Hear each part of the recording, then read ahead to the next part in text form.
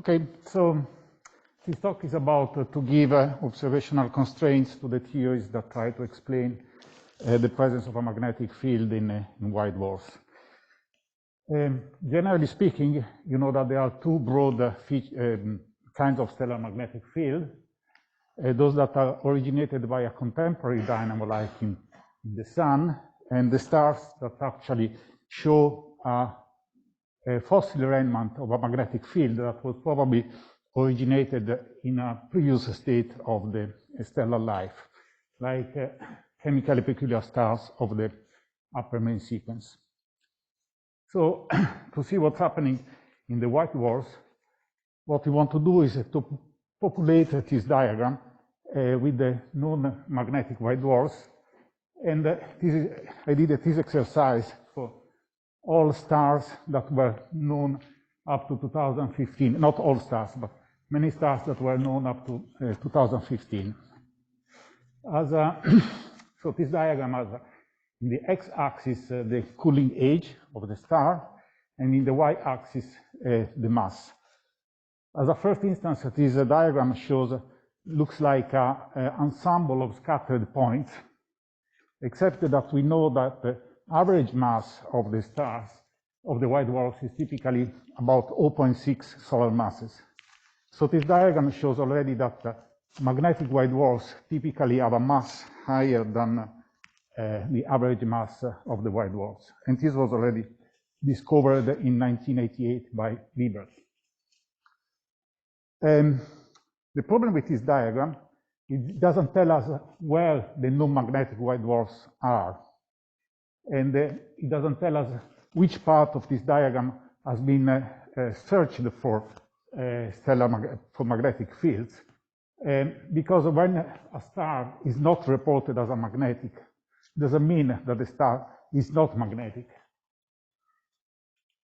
And that's actually the reason of some confusion in the literature, where you can find very different detection rates for magnetic white dwarfs. We find anything between 2% and 25%, and sometimes even 40%.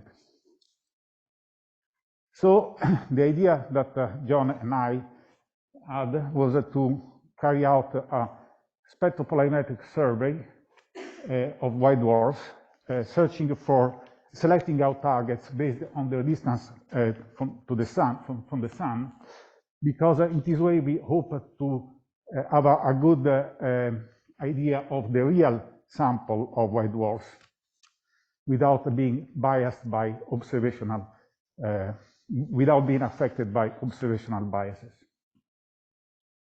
The use of spectropolarimetry allows us to detect very weak fields. And this is an example that shows with the solid line I show the Stokes I of the Balmer lines, and you don't see any hint of Zeeman splitting, but the presence of a magnetic field is promptly revealed by the spectrum in a circular polarization. These are the instruments that we have used: the force instrument of the ESO VLT, the ISIS instrument of the William Herschel telescope, and the Espadon instrument of the Canada-France-Hawaii telescope. I also want to acknowledge the use of Gaia and the Gaia catalog, and in particular the work made by various groups, in particular Holland et al., Gentile Fusillo, and all theoretical modeling carried out by the Montreal group, which has allowed basically to give an age to all stars that we have observed. So now we are going to populate this diagram with the data we have collected in our survey. In particular, the features of our survey that we have observed all white dwarfs within 20 parsecs from the sun, which are about 150. And then we added all young white dwarfs up to 40 parsecs. So what you will see are the results coming from a survey of about 270 white dwarfs, which include basically all white dwarfs younger than 0.6 gigayears, up to 40 parsec from the sun, and all white dwarfs up to 20 parsecs from the sun. And these are our results, where the meaning of the symbols is as follows. So with the solid circles, we represent magnetic white dwarfs, and with empty symbols, we represent non-magnetic white dwarfs, so stars that in which we have searched for a magnetic field with a highly sensitive technique, and we have found nothing. The different colors reflect the different main composition of the envelope, but it's not very useful in this context. And then when you see a circle around the point, it means that the magnetic field is a little bit stronger. And if you see two circles, is even stronger, and three circles is hundreds megagauss. So this is basically the result of our survey. Let's describe it. Most of highly massive white dwarfs have a magnetic field.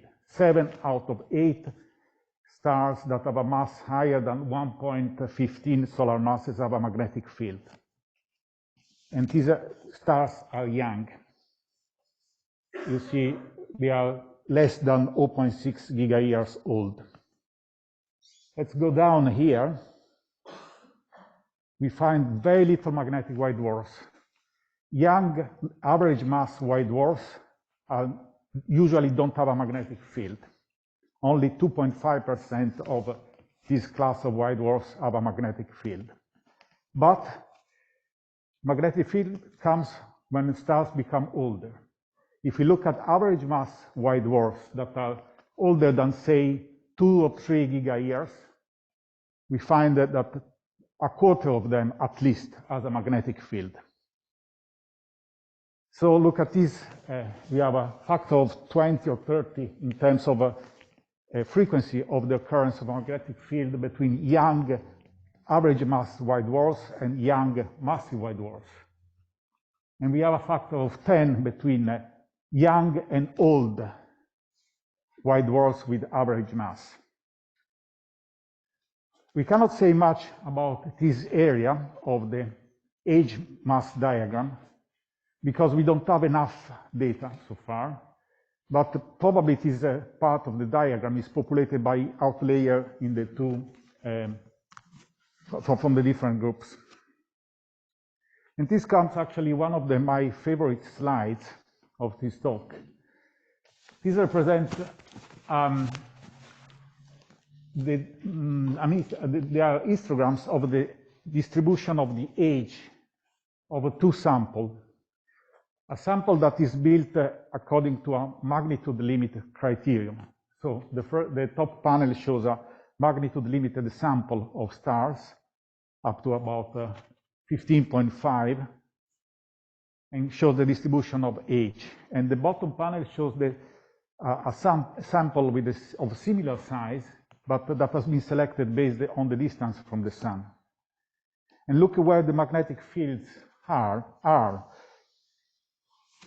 Only 2.5% of white dwarfs younger than 0.6 gigayears have a magnetic field. And these are the majority of the stars that we would observe with a magnitude limited survey. And the magnetic white dwarfs are here, and they are basically invisible in magnitude limited surveys. So let's now do a little bit of physics. What is the origin of the magnetic field here? Well, we have heard it yesterday. These fields come from merging. What's happening here? We see that the magnetic field, the frequency of the magnetic field increases with time, and also the strength of the magnetic field increases with time. So these are emerging fields. Maybe we could think about a field that is buried inside the surface of the star, and that comes to the surface with time. So according to this idea, they would be all fossil fields, because also the field that is inside the core of the star would be originated in a previous stage of the stellar life. But so far we have been thinking in terms of vertical and horizontal lines. So let's go diagonal and plot the lines at which that shows the time at which white dwarfs, the core of the white dwarfs starts to crystallize. So it appears pretty obvious that the majority of magnetic white dwarfs are behind the crystallization line. And we can try to see, well, this is basically according to the prediction by Isern, Schreiber, and Ginsburg et al. Basically, when the core of the star starts to crystallize, an instability developed in the mantle around the core, and so a dynamo follows, and the dynamo produces a magnetic field. Then we have problems about the rotation rate necessary to have an efficient white dwarf, on what is the strength of the field that can be sustained by this dynamo. But the idea is that these fields will be originated by a contemporary dynamo. So now let's look at both ideas again. To do that, I plot the same diagram, but using this time a linear scale. And then I focus on average mass white dwarfs. And I show here the frequency of the occurrence of magnetic field as a function of the cooling age. And you clearly see that the field strength, the frequency of the field increases with time.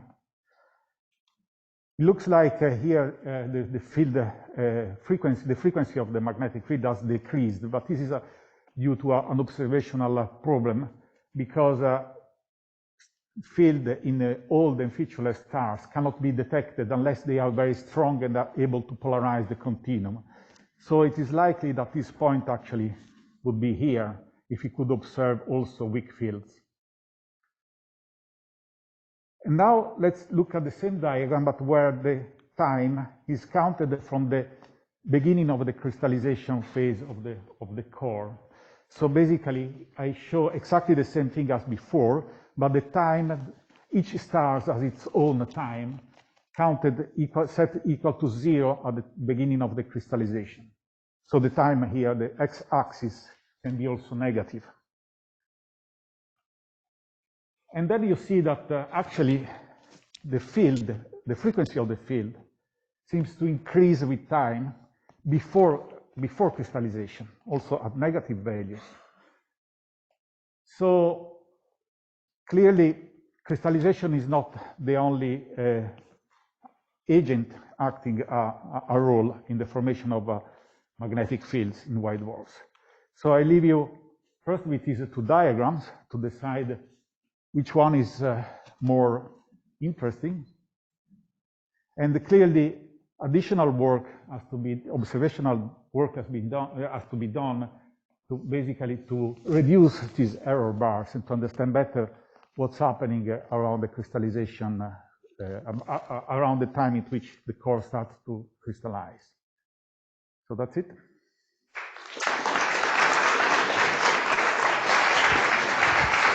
Thank you. Questions, Boris?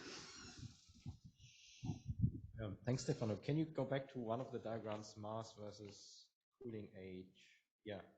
So, no, maybe on like one of the previous ones. Previous, that one. Why is there a lack of old massive white dwarfs? Like basically where you have the references. Is this volume limited, or? This is volume limited. We have in the 20 parsec volume, we don't have them. So we have actually asked the telescope time, and we are now observing, trying to observe. So basically, it's just a matter of telescope time. But clearly, no, but just do you think it's small number statistics that all your massive white dwarfs are in a very narrow age slice? Yeah, it's true. If you look at try to search the Nicola's catalog, it's difficult to find all the massive white dwarfs. It's true. Maybe because if they come from merging, they were originated only recently. So maybe it's actually physical, the fact that we have less. Barbara? I was just curious on that plot that you show the spectra that you cannot see the splitting of the lines and you still see the magnetic field. What is the strength of that field that you can measure? It's I think certainly less than 100 kilogauss. Maybe I think it's probably around the longitudinal field is about 10 kilogauss. The longitudinal field, so the average of the component of the magnetic field along the line of sight. It's a bit of a cheat because in the H alpha you would see the splitting, but I thought that it was nice. 10 kilogauss is the longitudinal field. This doesn't allow you to measure the mean field strength at the surface because this is only one component, but it gives an upper limit of 100 kilogauss, this spectrum. Very, very nice talk.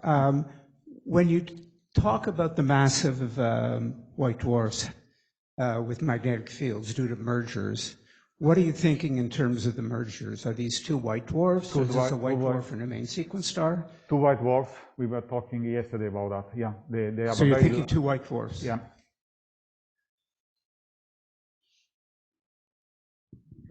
Yep. Another question? I do have a question. If you can please come back to the plot with the age and mass and the crystallization lines.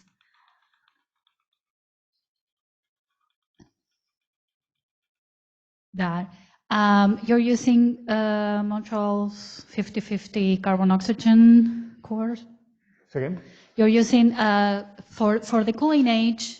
Which models? Yeah, the Montreal groups. Yeah. Yeah. And they use thin and thick envelope. So basically, the two lines shows the two. No, but the thing is, for the cooling age, and also the crystallization, when crystallization starts, I don't know how sensitive it is, but it is sensitive to the carbon-oxygen ratio. Okay. So probably 50-50. And yeah, it's 50. And also which diagram, phase transition diagram is used. You also get a difference in effective temperature. Maybe for the massive ones, I don't think it will make a difference. For the massive stars, it could make a difference. Yeah. But we maybe because I'm biased, I'm not worried about the highly massive white dwarfs because I think that the origin is different. Yeah, maybe the difference won't. It's not really. You don't have that sensitivity too, but just to consider. Yeah. Okay. Oh, there's another question. No, just a comment. If those are mergers, then they may not be oxygen neon cores, but something else. If they're mergers from who knows what. The carbon-oxygen, it won't be carbon-oxygen, yes. Okay, sorry. Okay, so we thank our speaker.